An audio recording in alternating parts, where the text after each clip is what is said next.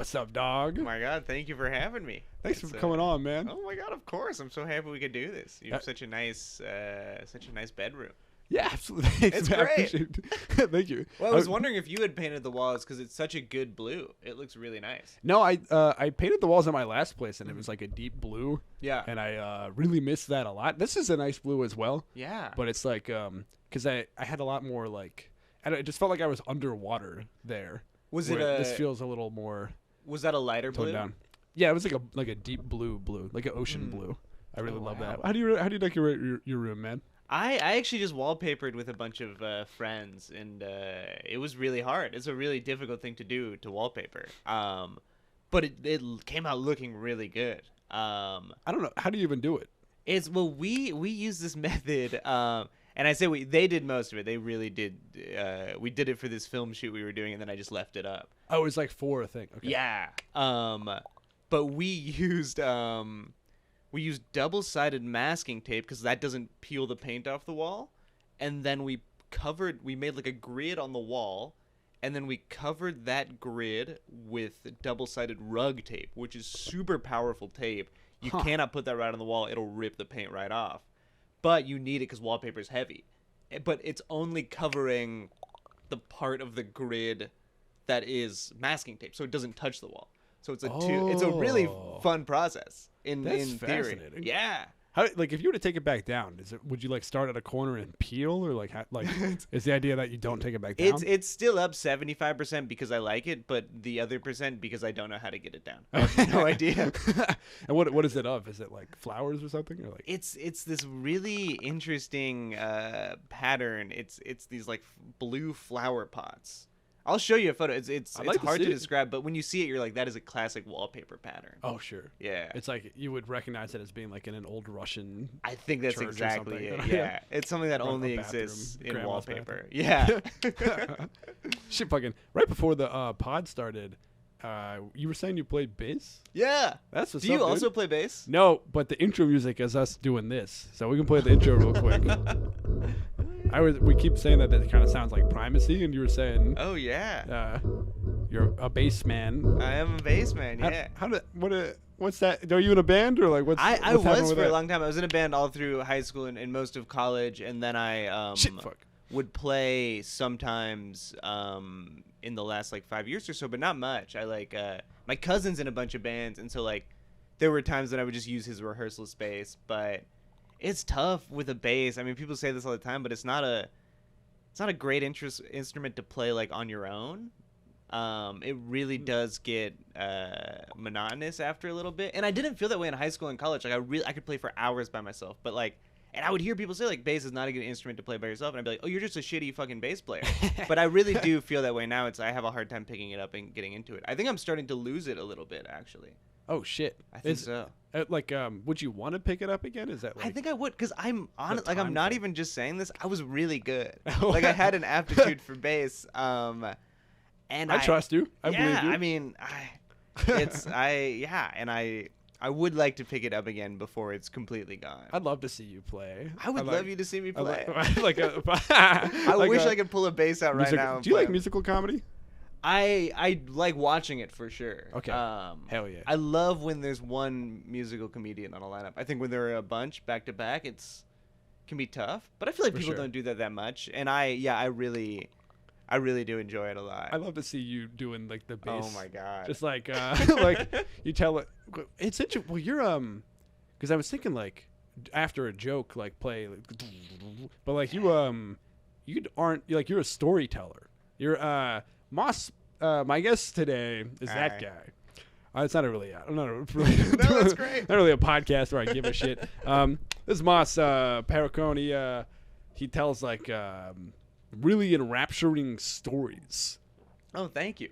That are fantastic, and like That's so nice. and enrapturing is the word I'm using because I watched his set one time and like I was like truly like spellbound, Oh and then my like God, that's afterwards so I was nice. like whoa, that because I don't see people doing stories. Yeah. And I love that you're like doing that, and Oh my sometimes you're God, doing thank jokes that are also great, but like Like sometimes you tell a story and I like just like I'm fully with you for. Oh, you know that's what I mean? so nice. I really appreciate that because I feel like I've had so many times where that's totally not the case, and I'm like, oh, I've lost the thread, or like you see people kind of like zoning out a little bit. It's tough to like get that. I feel like people will do these stories that don't have any jokes in them, and I feel like that's really hard. I'm to love bombing you. Yeah. New permanent second mic. No. They tell stories where it doesn't have like a clear like. Yeah. Are you structuring them on purpose? Are you saying what's the arc? What's the beginning? How does my character grow? Or what's the what I started doing in college is trying to like for a story have every piece of information attached to a joke. At least the first time I do it, and then to start cutting back jokes, it just feels insane that way. Oh, but and for a while I thought, hypothetically this should work, but it's not working, and I didn't realize it wasn't working because I was just a really bad joke writer at that time. I was like, why are all my sets are bad? This theory must be wrong. But I'm in the last couple of years found I think that's the right way to do it, and I think you just have to be better at writing jokes. That's a genius way to do it. Have like, joke for every information, and then take it back to dial that down a little bit, or like to make some parts of it smoother. Totally. Or whatever's like. In the place where you get I think there's a balance in like finding the places where you get the really good jokes. It's like, well, build that part out a little more, but not so much where it like throws off the narrative. I feel like I don't know. I feel like some people think that having that narrative is more important than having the jokes, and some people think the jokes are more important than the narrative. And I think if you can get both, it's great. It's really good. For sure. I feel like something, and I mean, correct me if I'm wrong, but I feel like your stories have a very straightforward structure. Like you're not messing around. Like you're not like doing loopy tangents as like in any sort of like meta way. Does that make sense? I mean, I feel like it's like I'm imagining like, for example, your Hawk story. It's just like that story is the story. Yeah. This is what happened. Totally. You know what I mean? Yeah. And I like that. Yeah. Thank you. Yeah. I love. I think even just growing up, and I think we're a similar age. I feel like there was so much really good, like very straightforward stand up, and so that seems. I think because that's when I was growing up, that still seems like a cool thing to do. Oh, for sure. Also, not to knock when people do tangents in stories. That can also be fun. That can be great. But I think stylistically, it's a cool choice. I feel like I don't know if you've made this choice. Have you made this choice to like keep it straightforward? Is what you're saying? I think in terms of just the stand up that I like, that's been the kind of natural thing to do. But yeah. Well, the other storytelling guy is Mike Birbiglia, like the most famous storytelling one probably currently. I don't know if that's. Oh, totally, yeah. And he's very, and I love his stuff, but he does loops a lot, and he does a lot of like time jumping. Totally. Do you ever do that? Is that like, or are you usually straightforward? Yeah, it's interesting. I mean, I feel like because his things are so long form, I feel like he's got room to do that. I feel like in these shorter things are a little tougher. But I just did an hour for the first time, and like I was kind of struggling with how to structure it, because it's when you tell like 2 7-minute stories back to back, it's just bad. Like it just sucks, and like pacing is off, and like it just doesn't work. And so I was trying to structure where it's like the first part of it is this like 16-minute story, and then hitting just a bunch of just like quick jokes, and then going into something that's 7 minutes, pace it out with a few more just like jokes, and then another 7-minute thing, and just having that like joke padding in between, so like you can kind of do a palate cleanser. You're not like saying the last line of a story a few seconds before you say the next line of a new story. Like it's so that felt like a good way to structure it. And I'm still like kind of rewriting stuff and working it out, but that felt like a nice structure for this hour. It's called Moss Perricone, an hour of jokes in chronological order. Yeah. Is that right? Yeah, that's it. And I just couldn't think of a title, and I was like, oh, that's a great title. Thank you. Are you still doing it? I'd love to come and see it. Yeah, I think I'm going to definitely do it again. I want to see the film if you filmed it. Oh, yeah. Okay. If we could just figure that up right now, that would be great. Let's pull that up. That'd be great to on a podcast pull up the guests stand up and and just watch it with them. That would be great. It'd be so awkward to do that. That would be so fun. I feel like they actually do that on like one of those like Vulture ones or something. Yeah. Anyway, what a rude thing to do. But I'm so. I mean, the kind of stand up that you do. Have you always been a one-liner person? Yeah. Who cares about me? Here's the thing. That's so interesting. What? I don't want to. I was deflected. Are you with the chronological hour? Was that like the stories were was it literally in chronological order? It was, yeah. And it just I wanted to do that, but it also worked out where it's like, oh, my closer does happen the most recently, and my opener does happen very far back in time, and so it just made sense to do it that way. That's what's up. Back to me. Well, I was talking to somebody recently about how it would be. How I think we were talking about like Mark Normand or somebody, and how like does he do stories? Oh no, with the one-liners. Like sure. Getting together an hour of that must be such an interesting thing. It like I don't think I could do it, but I really wanted to try it. It seems like it's so much time to fill with those short jokes. Do you have one? Do you feel like you have like one-liners? Because I know you have jokes and stories. And I assume you have one-liners, but maybe I just haven't noticed as much because I'm in that moment. You know what I mean? I don't think I've never like sat down to try to write one, but I feel like when you're writing, you'll accidentally do one. Yes. And then, You're writing a story and then you have an observation that like doesn't quite fit, but it's like a funny singular idea. Yeah. I see what you're saying. That I did once try. This was in college and I was so bad, but my stuff wasn't working and I was like, I gotta stop telling these stories. But there were a lot of jokes that I liked, and so I was like, I'll just take the jokes out of the stories and tell those. And it was the most confusing set I've ever done. I think I was with a good friend, and afterwards she was like, yeah, that really didn't work. And it didn't. I was just like I was talking about Taekwondo, and then I was talking about like being Indian, and it just didn't connect at all. It was a deeply confusing set. Like to be honest, the connection stuff, because I just am a one-liner. Yeah. Guy, doesn't, to me it's like when other people are worrying about transitions, I'm like, I don't know anything about transitions. Yeah. I have the slightest clue. But you do it so well. It flows so perfectly. I appreciate that. I think I was telling like jokes about myself where there was no characters. Like, these are things that happened to me, but only the joke. So it was like, what is this? Oh, there was some sort of narrative element that was like some sort of background implication. Yeah, totally. It was very clear that these were beats of larger stories that had all just been kind of scrambled together. But when you sit down to write, what do you? I was wondering about this because the things you write about are so interesting. Do you make a list of topics and then just go back and write jokes? So you so you don't write it all at the same time. You'll do topics and then you'll go back and write the jokes. Yeah, straight up. Literally. Like I'll get a piece of paper out and like right now I'm sort of obsessed with this yellow watering can that's right there. Mm-hmm. That maybe I'll bring him into frame. Oh yeah. Check this guy out. Oh, that's great. And so he's very important to me right now. Uh-huh. And I'm trying to write jokes about the yellow watering can.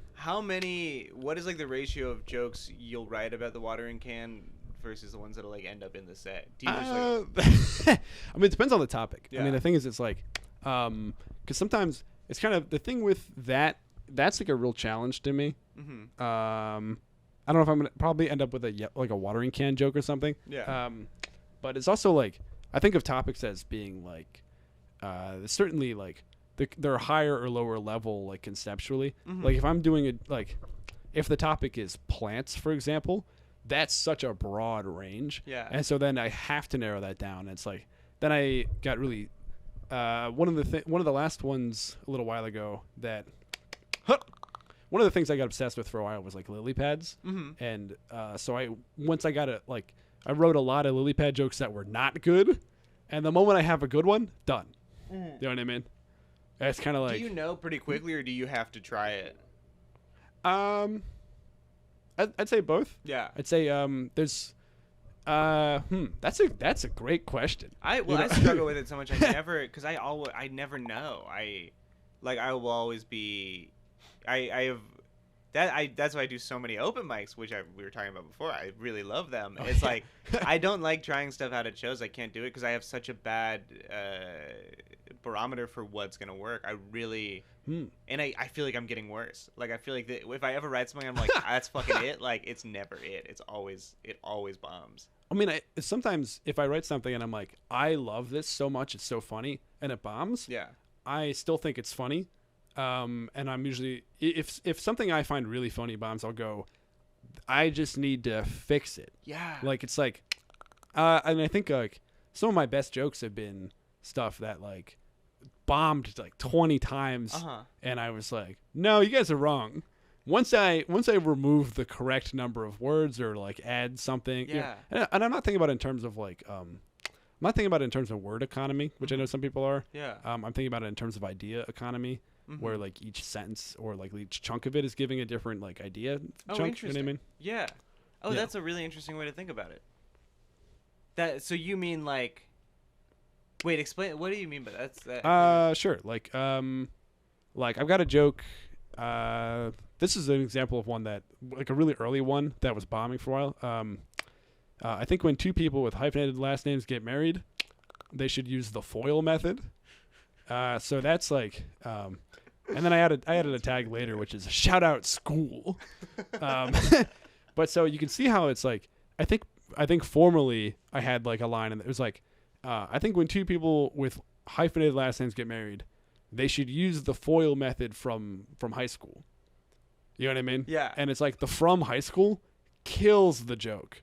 Yeah. You know what I mean? Or it's like it's this and it's not that I wanted word economy. Mm-hmm. It's that I thought maybe if I just said FOIL method, people wouldn't get it.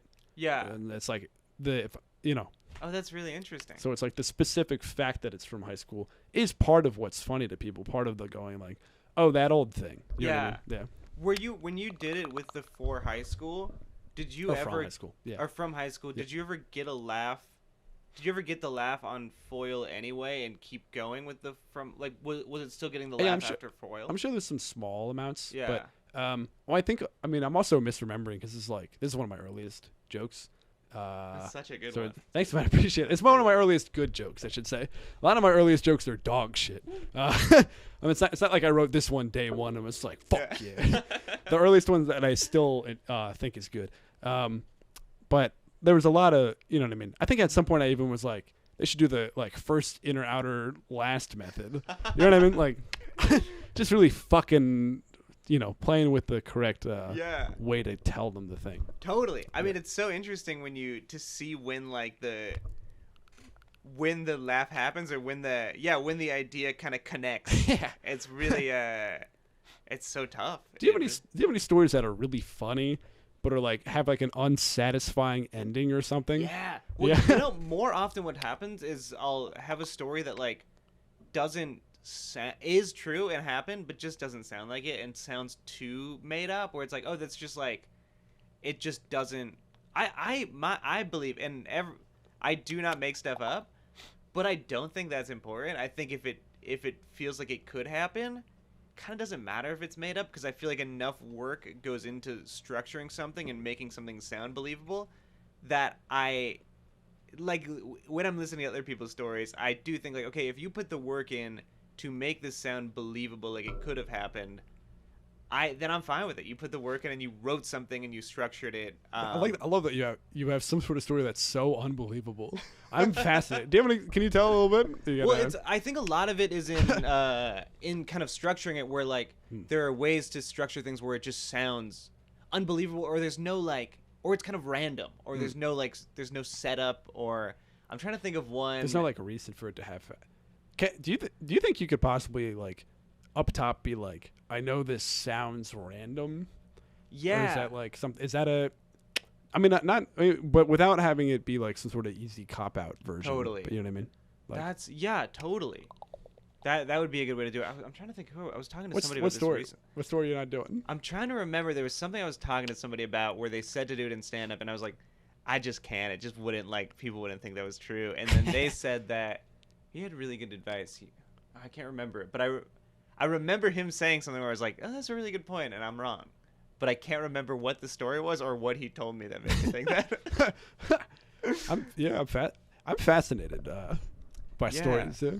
There was one that I was doing for a long time that I stopped doing because it just sounded too made up, which is I was moving apartments when I was in college, and I tried to it was time to pay the movers, and I tried to pay them with a check, and they were like, we don't take checks, and I didn't have any cash, and they were like, you have to come with us, and they put me in their van and they drove me to ATMs around the city, and I had lost my debit card, so I kept telling them, like, guys, I have no way to go to these ATMs, and they weren't understanding and just thought that meant we had to go to a different ATM, and they drove me around the city all day. And this is the part that is so unbelievable. I don't even think I ever put this in the story because it sounds so made up. at the time I was working for a popsicle company called People's Pops, and I would drive around in this truck with a truck driver, and we would set up at like Smorgasburg.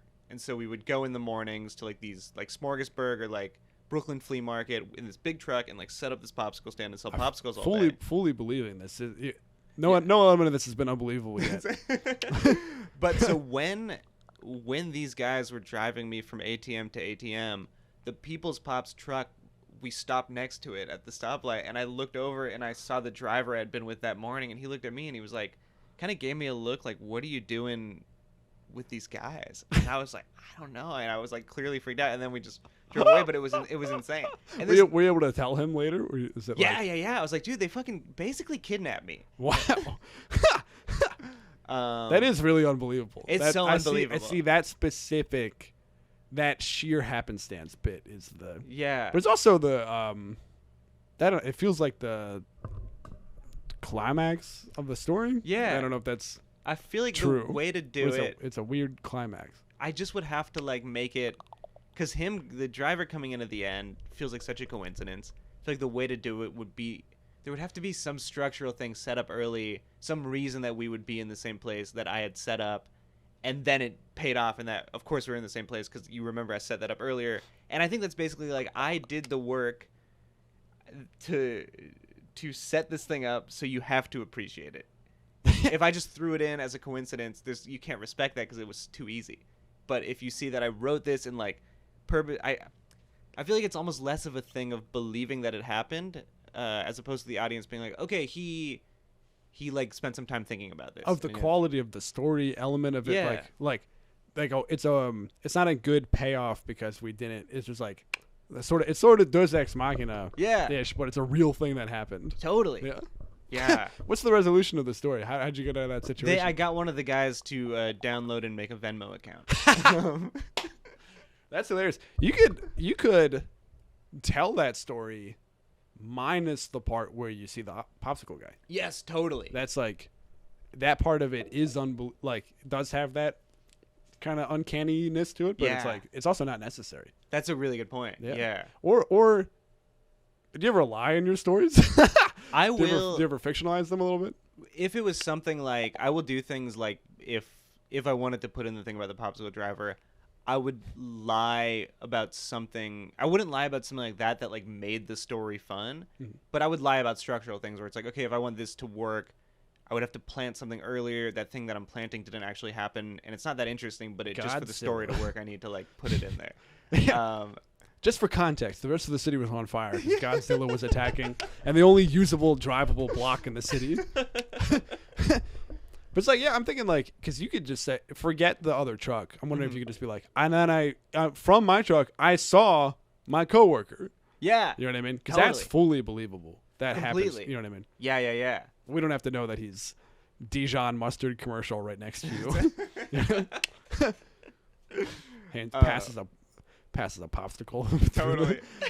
Unless you want to add that part, but then nobody would believe it at all. That's unless I had gone back and set it up. I was like, this is how he hands out popsicles to Jason Cars. That's right. What's your most recent story? The most recent one is actually how me and my girlfriend started dating. And I'm so happy. I'm sure that's hilarious. I'm happy to do the hour because it really works as the end of the hour, but like, and it's it's like 11 minutes. So if I'm doing it in a normal set, that's all I'm doing, and it's the least joke heavy thing that I have. So it works really well. I feel like as you go along in the hour, you get away with stories with like less joke density because people feel like maybe they've gotten what they came for and give you a little leeway. But I just want to hear your worldview and stories and stuff at that point, I guess. Totally. Yeah. Like 46 minutes in, it feels like, okay, you can tell less jokes. But that's a good note. My plan is just to tell jokes for an hour and internalize that. But yeah, so that's how we started dating. We were coworkers for a long time, and she was in a relationship with my other coworker. But we worked together so closely, and we just got really close. Jim and Pam'd her, dude. You just tell his story is just The Office. I thought you were a writer for a TV, not the other way around. TV writes for Moss's life. Fucking plus like relationship stuff. That shit'll keep. You can keep adding. Yeah, that's a great because that'll keep happening too. Totally. It really, it just keeps happening. I will say this lemonade is really good. Oh hell yeah! The powdered lemonade. Is, I gave him some powdered lemonade. Enough breaking down the stories. It's time for us to riff. It's time for us to be funny. But yeah, you can have more if that's what you're begging for. No. I didn't stir it up, so I just got to the part with all the lemonade, and I'm like, oh, this is good, what it is. right? It's good. Really good. Yeah. For the most part of it, I was like, oh, this is just water, and I was like, no, this is where the lemonade is at the bottom. It's like just lemon sugar. Yeah. It tastes like a candy. Like they literally ground up a candy. That's exactly what it tastes like. But yeah, so that's the. Check out our sponsor, Country Time Lemonade. What's the gist of the story? Is it like really? It's so we had gotten really close. She was in this relationship, and they at some point broke up, and then the pandemic happened, and me and her lived close to each other, and so we just started taking walks every day, and we hung out like every day for a long time, and the kind of like the gist of that part of the story is that like she was not in a relationship anymore, but I just had a hard time telling her how I felt because she was the only person around that I saw every day. And I was like, I can't ruin this. I wouldn't have anyone to talk to anymore. And also like, it was tough because like another big part of it is that like, if somebody hangs out with you every day for like 12 hours a day, you can assume, okay, these feelings are probably mutual, but because we were the only people that we had to talk to and see, I was like, well, she doesn't have anyone else. There's no one else she could be hanging out with. So it's that was the gist of it. And then at a certain point, this was maybe like 6 months into just hanging out every day, I said something and we talked about it, and it was just too complicated. For her, it was too complicated because she had dated her other coworker. They had this breakup, and it's just hard to. I think it's hard to date your coworker, and it's hard to break up with your coworker and date your other coworker. Like, I think that's tough. And so we decided we wouldn't talk anymore, and we didn't talk for like 5 months. And then she texted me to get a drink and catch up. And at this point, I was like, oh, okay, she's ready to be friends, and like I could probably do that. I wasn't over it, but I was like, it's been 5 months, like it's probably fine. And then we met up for drinks, and she was like, you were right, we should date. And then we just started dating then. That's the story with no jokes and nothing fun about it. Wow. And it was still enthralling. No, I guess is that the hallmark of a good story, is that it's still great with no jokes? I think so, yeah. You should try to write a story with nothing funny. Should I write a tragedy? You should write, drama, TV. They should, you know how they have the British office and the American office? They do, Moss does the unfunny office. It's just like people working in cubicles and shit. just them like the printer's like working and they're just like printing some papers. Everyone's very professional. There's no. They're like, oh, no coworker dating, please. No, of course, and we wouldn't be interested in that anyway. Jim puts like Dwight's stapler in Jell-O and he's immediately fired. Just like he's like brought into HR. He's like, that's company property. Yeah, and he understands it. He's like, yeah, that was pretty fucked up what I did. Of course, it's in a workplace. But yeah. Oh, and then there's a whole thing in the middle of this story where I had gotten in this bike accident and hit my head, and the doctor, the city MD doctor, literally told me, you could have this. There's a type of brain bleeding that happens so slowly you don't know you have it until it kills you. And the what the fuck? It was so fun. I had no idea what to do. Are you okay? I still don't know yet? I think I'm totally I think I'm good now. Oh my god! But after that, I was like, I did have this thing of like, oh my god, I might die, and I had a moment where I was like, oh, I should really just tell her. I feel so stupid for keeping this to myself. And then I did later, after we stopped talking, I went to this other doctor, and I told him, I was like, hey, I want to get closure on this. Like, I think I was told I could have this brain bleeding. It happens really slowly. You told the doctor how you feel about her? And he's like, yeah, man, your coworkers though. Yeah, you can't. That's fucked up, man. But this other doctor, I told him this whole thing, and he was like, that doesn't exist. That's not like a type of brain bleeding. So I have no idea what the city MD guy was going on about. I think he was just like annoyed with me or busy, or I have no idea.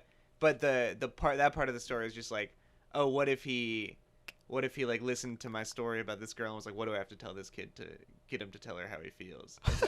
Because there is a whole other part where he did ask me.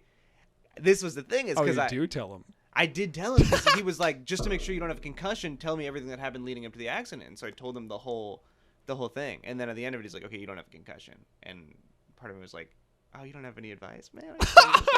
You told him like months worth of like backstory. You're like, oh, she's kind of. Meanwhile, this is peak COVID. He is very busy, and I'm just like, man, I just have this crush on my coworker. People are getting intubated. It's horrible. He's like, who's the president? And you're like, Trump. But also, I've been kind of seeing this girl.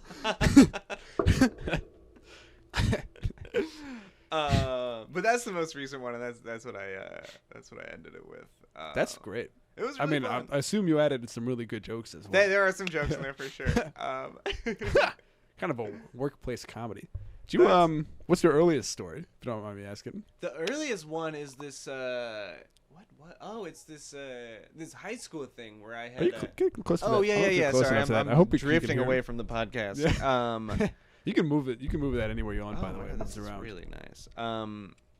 Is this story in high school where I bought weed from this dealer, and he tried to do that move where you like both go into bathroom stalls and he slides the weed under and you slid the money. Yeah, I know this story. And I just didn't go into the stall. I didn't know to do that, but he slid the weed over anyway into somebody else's stall, and that person was just like using the bathroom, and that's kind of the crux of that story. That's probably the earliest one. Yeah, you don't want to give away the punchline or anything, do you?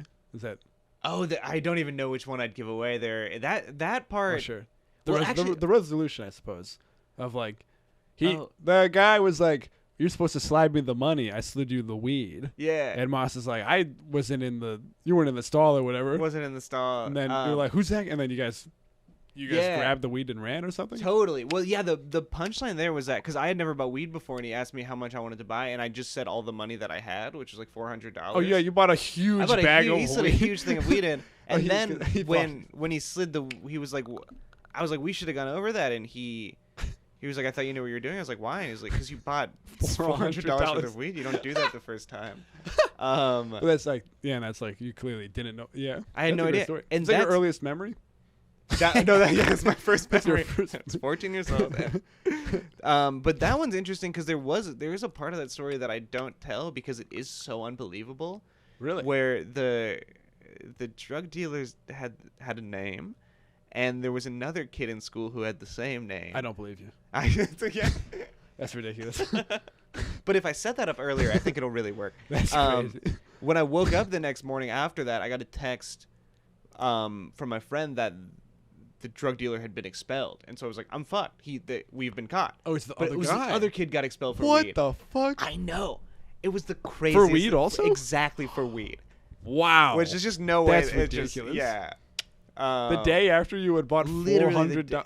That's crazy. And we had basically, because there were cameras around the school, and when I ran out of the bathroom, I had the weed in my hand, so I was filmed running down the hall with this big bag of weed, and so I was like, oh, I am responsible for this. I ran through the school with a big sack of weed, and now this kid is expelled.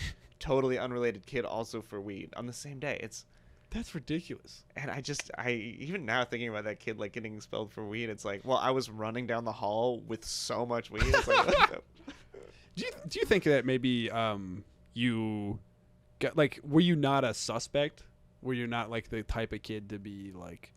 I don't know. I think it was so early on in high school where I hadn't established any sort of identity where it's like I very much could have been. I think I just got super lucky where they weren't really checking the cameras. But I did. They were like the teachers that were like, I wonder what Moss is running with. Yeah. And then they're like, you know what I mean? Yeah. They're like, oh, probably some. It seems like an industrial amount of weed. Probably. What kind of kid were you? I just tried a lot of drugs. You were a druggie? Yeah, but I also was like, I was very lucky where I went to this art school that was just a really wonderful school, and everyone was like really cool and like mature. So it felt like everyone at the school really cared and like took work seriously. This is NYU. this is NYU. But it felt like a thing where everyone understood you can do drugs and you could also get your work done. So there there wasn't like a group of people who just did drugs. It was like, okay, everyone does drugs, but they also take what they do here very seriously. And I feel like I did that. Like I took my thing seriously. I got all my work done, did my homework, and also like, yeah, it was just I was just curious to try a bunch of things. I wanted to know how everything felt. So it was like, I remember one of my friends had bought cocaine and was like, I did cocaine last night. I have this cocaine dealer. And I was like, you did cocaine in high school? Yeah. Well, what I did, I asked them to. This like speaks to what my goal was with this kind of thing. Is I asked them to the next time they did cocaine to just take a little bit and just like slide it off into a plastic bag and give me that. I just wanted to try it, and then they brought it to school and I just tried it there, and it was great. You did it at school? Yeah. That's ridiculous. Just to try, just to see, and it was great. It's a really good drug. Yeah. Are you fond of those memories? Do you feel like you? Yeah. Like you're like, yeah. I'm so happy. I even at the time I knew so many kids who were like, I'm gonna wait until I'm older and then I'll try things, and I think that's so stupid. And at the time I thought it was stupid, but I didn't know if I was right yet. So I was like, I might be really stupid for thinking this is stupid. And now in hindsight, I think I was totally right. I think all those kids... I think you're right. I mean, I was very anti-drug, but that was beaten. Really? That was beaten into me. That was something. Well, I was afraid of drugs. Yeah. Like, I for real thought they were super, super bad for you. I went to like a public high school. Totally. Where do you mean like health-wise? Yeah. Yeah. I mean, like, and also, like, I guess I was afraid legally as well. Yeah. To be honest. Where did you grew up in Philly? Yeah. Yeah. The suburbs of Philly. Mm-hmm. Just to be clear. Because like, if you say Philly versus the suburbs of Philly, two different worlds. Yeah. You know what I mean? That's not the same. So I don't want to like pretend like I have but anyway, specific type of clout. Yeah. But it's like, just very like, just say no kind of vibe. Interesting. Even alcohol I was really against. Really? Until, once I was, honestly, it was, once my sister got caught and nothing really happened to her, like, it was also, I was afraid of my parents. They didn't really like do any, they didn't really punish her. They were just like, just be careful with it. Yeah. The gates were open. Oh, wow. That happened. I think I was like 15 and I was like, we're allowed, basically. So, you know what I mean? Yeah. The gears shifted entirely. Oh, that's so cool. And then it just totally flipped and you were. Yeah, then I started drinking at like 16, started smoking weed at 16. Didn't do anything else until college. Yeah. But yeah. And do you have a lot of older siblings or is just the one? Just the one. Got two siblings, one older, one younger. Oh, okay. Do you have siblings? I do. I have a younger sister. We're super close in age. She's 25, so we're really close. She lives down the street from me. It's great. Oh, wow. Yeah. Damn. Are you both from? You said you're both from Orange County in Southern California. And you both moved to the same block in New York City? Well, I had lived on this block for so long and had a really great apartment, and I moved, and she came and just took over that apartment. I moved right down the street. Oh, wow. Yeah. That's wild. It's great. Does she do comedy? She doesn't. She comes to all the shows, though. Oh, I've met her. Yeah, you totally met her. Yeah. She's horrible to have at shows. She's really because she has she'll just be like, you were not the best on the show. This person was the best on the show. I've stopped bringing her places. Wow. I'm I can't hear that after the show. It really bumps me out. That's probably one of the shows we did together. Absolutely, yeah. Big Sorry. fan. Just being rude. But she likes my stuff. That's cool. That's awesome. Oh yeah. Yeah, we did the show together at Pine Box. We've done a few shows, but I remember one at Pine Box. Oh my god, yeah, she came to that. Yeah. Oh, totally. Oh, that was a fun show. That's a great. Yeah, one. I forget whose show that was, but yeah, was that? Oh, was it Sam? Was it Sam meets the co-host? Show? I think. Yeah. The disco ball was going. Yeah, I love that dude. Yeah, he's shout so out funny. Sam Schaefer. Has he been on the podcast? No, not yet. He would be great.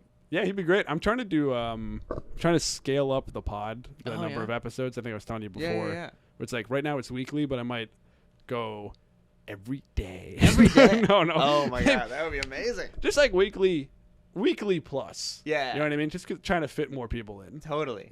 That's so cool. This has been I've had your guest number 28, and I've got more than 28 friends. Yeah. But it's taken 28 weeks. You see what I'm saying? Uh-huh. And it's that's half a year Yeah. And I still have so many more friends I gotta shove in. It's crazy how many people you meet doing this. It's you end up with a friend group that is like cartoonishly big. To put a number on it, I can't even imagine. Yeah, 28. Like, if you were just a guy, that would be a pretty. You would have a lot of friends if you just had 28 friends. Yeah. That doesn't even scratch the surface of how many friends you have. And like close friends too. Yeah. It's like, well, part of it is like we're like, I was talking to this other person and they were saying like, in order to meet up with their friends, they don't do comedy. They don't have an event based hobby. Mm-hmm. They have to schedule time with their friends. That's crazy. Doesn't that suck? That shouldn't be the default. It's insane that that's just what you end up with if you don't. If that's like a normal life. Yeah. That's so lonely. Yeah. I remember when I was going through my first breakup, it was so much easier because I knew that every night of the week my friends would be in a place and I knew they'd be there because their names were like on the poster. So it was like, I know I can go see this person. You're never alone. You can go 7 nights a week. Hangouts are advertised. Yeah, exactly. People are literally making posters. And then like sometimes there'll be a thing where it's like party after the show. Yeah. It's like literally a public, it's like pay $12 to hang out with as many of your friends as you like. It's the best thing in the world. That's in high school. It reminds me of how I was in high school when like Facebook events were like a huge thing. Oh yeah. And I would just go glow parties. Yeah. And I remember once I could drive, a lot of high schoolers, even at like different high schools, like they would accidentally sometimes forget to make the events private, and so they would just come up in like my recommended events. Oh fuck. And I would just go to those. Just like other high school. I didn't know anybody. For real? Yeah. And it feels like this where it's like, oh, this is great. There's something to do tonight. I feel like you would be a blast to party with. It was so fun. I feel like I was fun then. I feel like I've gotten. I don't want to say I peaked in high school, but I was way more fun in high school, easily. I said that and I immediately thought I feel like you told me that you drank a bunch or you drink a bunch, or is that something? I don't know. Yeah, less. I'm being better about it now. I go through phases. No, I'm gonna call you out on the podcast. No, it's definitely something What's your deepest flaw? No, I try to. It's that thing where it's like it's easy to keep it in check when you've been keeping it in check for a while. And I think if I slip a little bit, then I'll go through a period where it's like, oh, I am drinking too much. And I didn't realize really until I just realized all my friends drink a lot because when I started dating my girlfriend, she was like, this is an unusual amount of drinking. And I didn't realize that. I thought it was like a normal? Yeah, I thought it was, everyone drinks a lot every night. I didn't realize. And my doctor would tell me you can't do that. I'd be like, well, you're a doctor. You're trying to be extra cautious. But I think it's just being regular. Like, that is not okay. Yeah. My problem is that I'll go work. You drink a lot every night? I mean, not a ton every night, but I will have, if I'm not being good about it, I could slip and go through a month or so at a time where I am having, like 3 or 4 drinks a night. Word, okay. But I also will, not socially, like I will. Just at your home, just hanging out? Or like I'll go to, I like to work in public places. Like I like to work at coffee shops. There are no coffee shops open at night. So I'll work there are a few bars that I work at around my apartment. And I will just have like 3, 4, 5 glasses of wine and like get my work done and like have a great night and then come home and go to bed and it's wonderful. Wait, so you do your work wall, like your work? Yeah, but I don't get your work or your stand-up work. Just whatever I have to do, or I'll go read. Wow. But Ernest, here's the read Ernest Hemingway, write drunk, edit drunk, read drunk. But the problem is I'll be there for hours, so I never get like fucked up. Like I stay lucid, but it in the aggregate ends up being a lot of drinks, which is I think I'm realizing is unhealthy. Oh yeah, it's not good for your body. Well, but I mean, I don't want to chastise and I don't want to enable. No, please. So either direction. Well, I mean, it's not good for you. No, it's really not. But at the same time, you're doing great. Oh, thank you.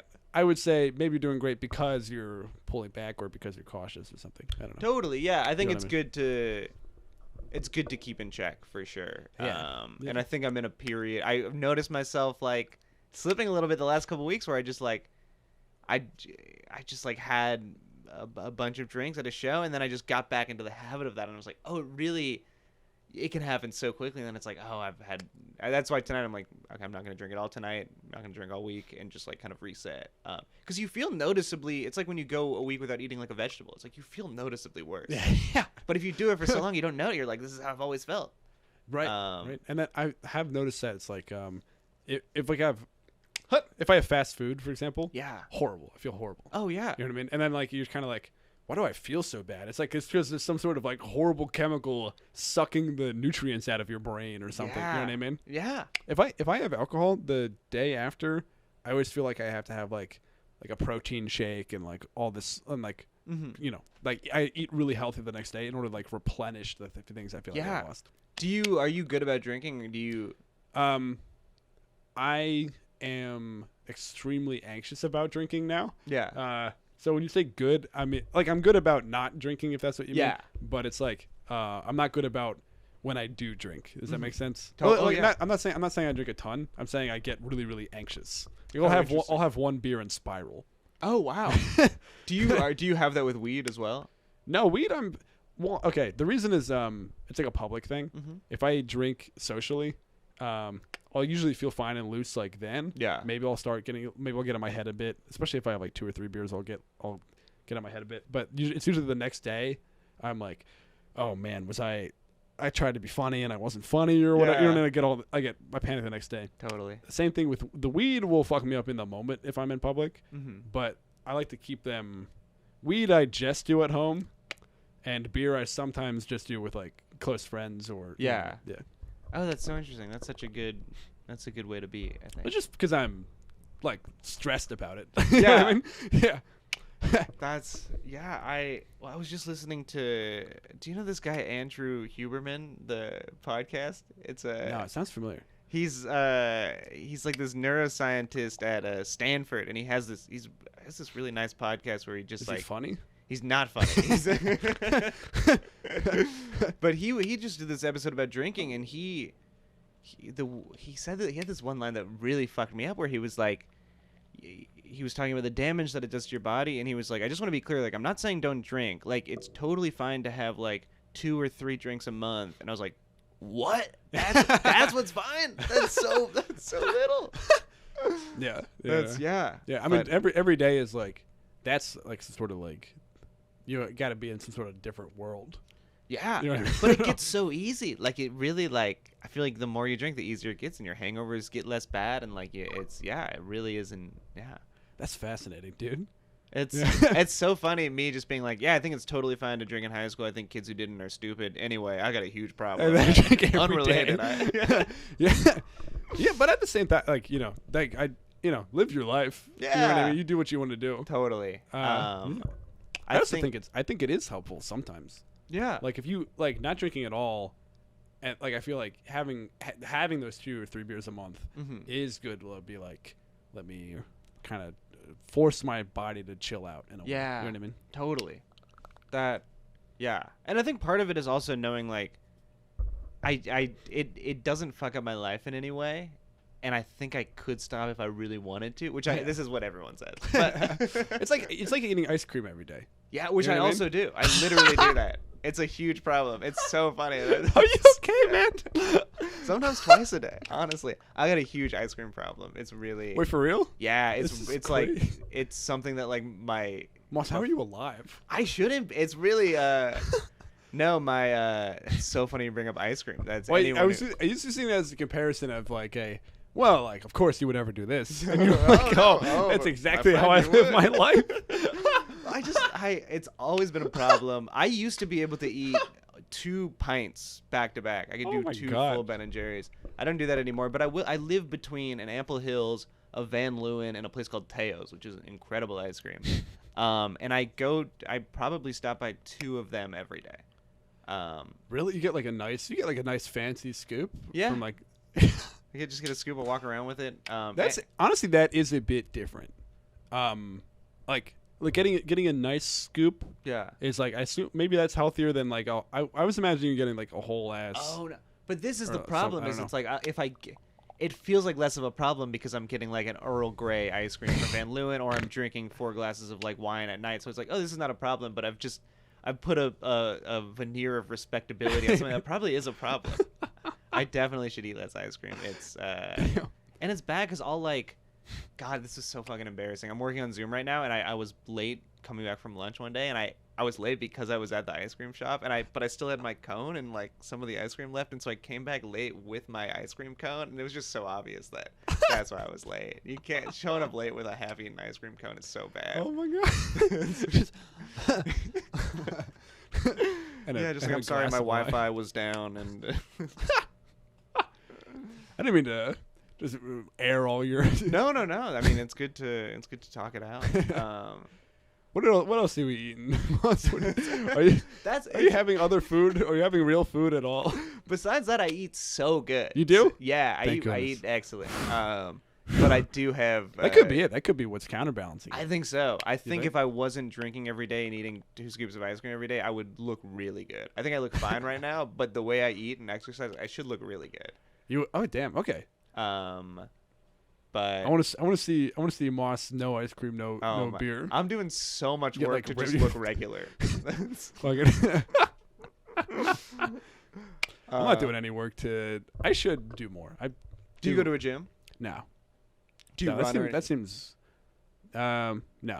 I do like jumping jacks and push-ups and like. Oh yeah. I do like a bunch of like stuff where I pretend to be a monk in my room and I sit as still as possible in like a weird position with my legs. That sounds great. Yeah.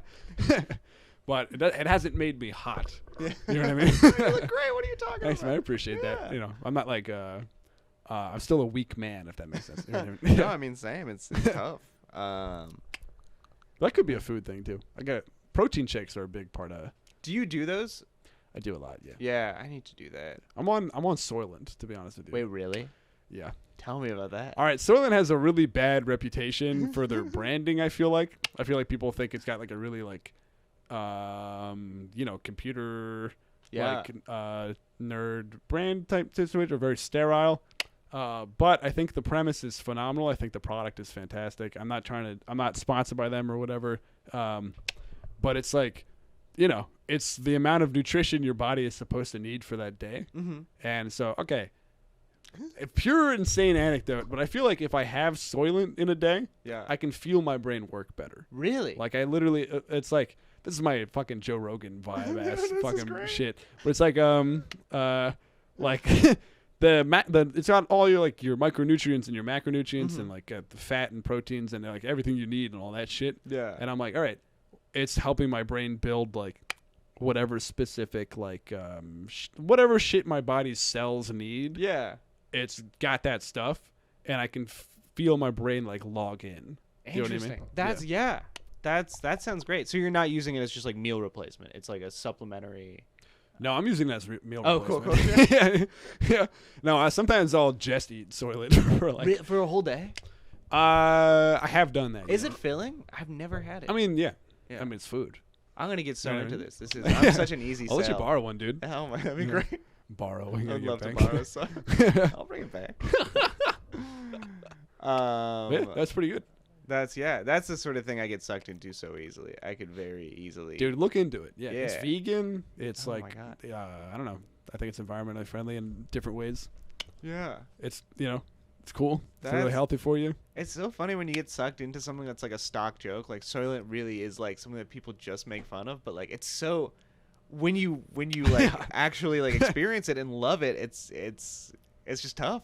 There's a lot of stuff that like people make fun of. Yeah. And I'm like, but that thing is something I will just enjoy now. Oh, totally. I'm trying to think of an example. What's something people are making fun of that's still like good? I mean, even with like the books or something. But with that Huberman podcast, I feel like there are a lot of like life hack things that he pitches where I'm like, this is really something that is getting made fun of a lot and probably should be, but I'm just so into it. Gonna do it. I'm just absolutely. You want any life hacks right now?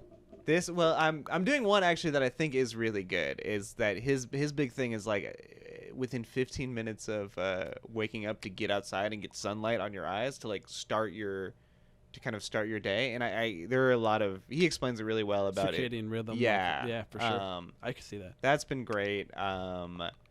But I will sometimes listen to episodes and then like immediately talk to my girlfriend and be like, there are these things we need to start doing. And then she'll be like, that's the dumbest thing I've ever heard. I'll be like, you're right. That is really dumb. There was something and I'm actually, maybe this is good. He was talking about how he drinks salt water. And I was like, I got to start drinking salt water. What the fuck is that shit? Yeah. What? Why? But he explains something about electrolytes. I forget. Oh, I sure, always it's like forget. how Gatorade is. Yeah. Okay. You immediately tricked me into believing it was fully. I'm like, he's on to something. You're supposed to drink out of the sea. It's really but he's actually someone who I think at least the way he explains it, it seems like it all checks out, and he has like a lot of really good professors and scientists on. There are other people that'll just pop up in my YouTube algorithm, and I'll listen to their life hacks and be like, okay, I'm gonna start doing this. And those, I think some of those are bad. I'm trying to think of ones that I got into. I never got into this, but I think a category of that is like the dudes who like retain their semen. I feel like that's a big one. That's so funny to me. Okay, here's the thought. I have been thinking a little, like I'm thinking about it. Obviously, it doesn't like make you powerful or whatever. Like that seems nuts, but it's also like the thought of if you do jerk off a lot and your body just is constantly producing that, then it's just like, or if you are having sex or coming or whatever, it's like you're like. A lot of your body's resources are literally going to building certain cells. Yeah. And it's like if you do slow that down, or just like I would say not retention. Retention seems like they're literally thinking they're like reabsorbing their cum. Like it's, you know what I mean? Yeah. Which maybe all right, anyway. Even you saying that, I'm like, yeah. Maybe they are fucking Dude, I got no idea. The point is like maybe if you do like try to slow down your production, maybe your body's like your resources that go to specifically that would go to something else. I'm not a semen retention guy. No, but I kind of get the gist. I'm the jizz. I am gonna leave this being like, Benny told me not to come. I'm not gonna come. You know what? I'm gonna look into it. I'm gonna Google it. I'm gonna see what the science says, and the science is probably gonna go, of course not. I remember I saw you produce the same amount. One Reddit thing that was like a guy talking about doing it, and he had something where he's like, food has never tasted better. I was like, that can't that's be part of it. I don't know. Some sort of 1-to-1 of like every sperm cell you don't make as a taste bud you can make. That's insane. Or he's just like so unbelievably horny that he's like, I love everything. Just like vibrating in his chair. I guess that's it. Is that the idea? Is to get so like horned up in some sort of like to be on the edge, or like? I think yeah. I mean I think people have different reasons for doing it. Wait, oh my God, do you know the Liver King? No, what the fuck is that? He is an example of one of these guys who I think is purely fraudulent. He is this guy who. But the problem with these guys is their logic is so internal, and none of it's true, but it's like internally consistent, so it's easy to get sucked into it. He's this guy. He's super ripped. He only eats like raw meat, and he feeds his kids. Or I don't know. I don't want to slander Liver King. This is me paraphrasing it. I think he feeds his kids raw meat, and he said something where he's like, "Oh, he eats like raw animal testicles." I don't want to slander Liver King. But I think he eats balls. I want to show Liver King respect. He eats testicles, and his thing about it was like, how are you gonna nourish your testicles if you don't eat testicles? Which That's is like insane. Obviously not That's true. not how that works at all. No, but if you just hear that, it's like, yeah. I mean, how are you gonna do that? Yeah, I see that 1-to-1. Yeah. It's like thinking you have to eat an arm to grow your arms out, dude. That's so ridiculous. It's really ridiculous, but yeah. Wow. It's like you are what you eat, and I want to. His thing is all about being primal, and oh my God, I had this one come up that was like, he was like, people give me a lot of shit for flying around in private jets. They say that's not primal, but that's a tool, and my ancestors used tools just like I'm using tools. They use rocks to crush animal skulls and eat brains. I'm flying in a private jet. And he says that I'm actually not paraphrasing. That is exactly what he said. But he says it with so much conviction, and it is internally consistent. It's like, yeah, it is a tool. You use it to get from place to place, just like they use wagons or whatever. Like, I guess it is primal, a private jet. Wow. I really recommend checking it out. It always starts like this where you're like, oh, this is fascinating. This guy's so dumb. And then you watch 4 of them and you're like, yeah. Some good points. Yeah, he's making some good points. It's some sort of subconscious thing, I think, too. Yeah. You know what I mean? Like, Yeah, like sometimes I know exactly what you mean. Like I'll put on like a podcast where it's like I don't like maybe I don't kind of like the guest, but I'll just listen to an episode or whatever, and then like halfway through I'm like catching myself thinking like, yeah, maybe humans are supposed to be equals with dogs or something. If I don't come, I'll have more taste buds. Oh yeah, we're at an hour. You wanna well, we'll do the half this we do the second hour for Patreon. Oh, cool. So we'll do that. Well, this is the halftime. We'll fucking. You got anything to plug? This is the live first hour. I don't know if I made that clear. I hope I did. Anyway, no, this is great. Fucking, hell yeah. Okay, you got anything to plug? Any shows coming up? I am about to go to Rome for a little while, so I have nothing. I have no shows. I won't be here, but catch Moss Perricone, an hour of jokes in chronological order at the Coliseum in Rome. He's gonna be attacked by a lion. I do actually have shows coming up. I'm doing. I want to say I'm gonna be in Richmond, Virginia. If you happen to live in Richmond, or if you know somebody who lives in Richmond, I will be there the 15th, 16th, and 17th, featuring for John Marco Cerezzi at the Sandman Comedy Club. I love John Marco. Yeah, he's the man, dude. He's great. He's so funny. Oh yeah, dude. He was at JFL. Oh, he that's crushed. right. Yeah. That's oh my god. He's like funny in a way that like no one else is funny right now. He really has his own thing. Yes, he's really physical. Really physical. Yeah. I'm excited to watch and see him in that. Oh, closer be setting. So fun. That'll be a blast. But yeah, so Virginia is what I got on the docket currently in the next 2 weeks. Hell yeah, dogs. Let's see if I got anything else. What are we going to talk about on the Patreon, Moss? What are you going to sell the people? Oh my god. I mean, there's so much to talk about. I mean, we can talk about our summers. That's always We're going to talk about our summers. Folks, see you in part 2. Thanks for listening. Bye.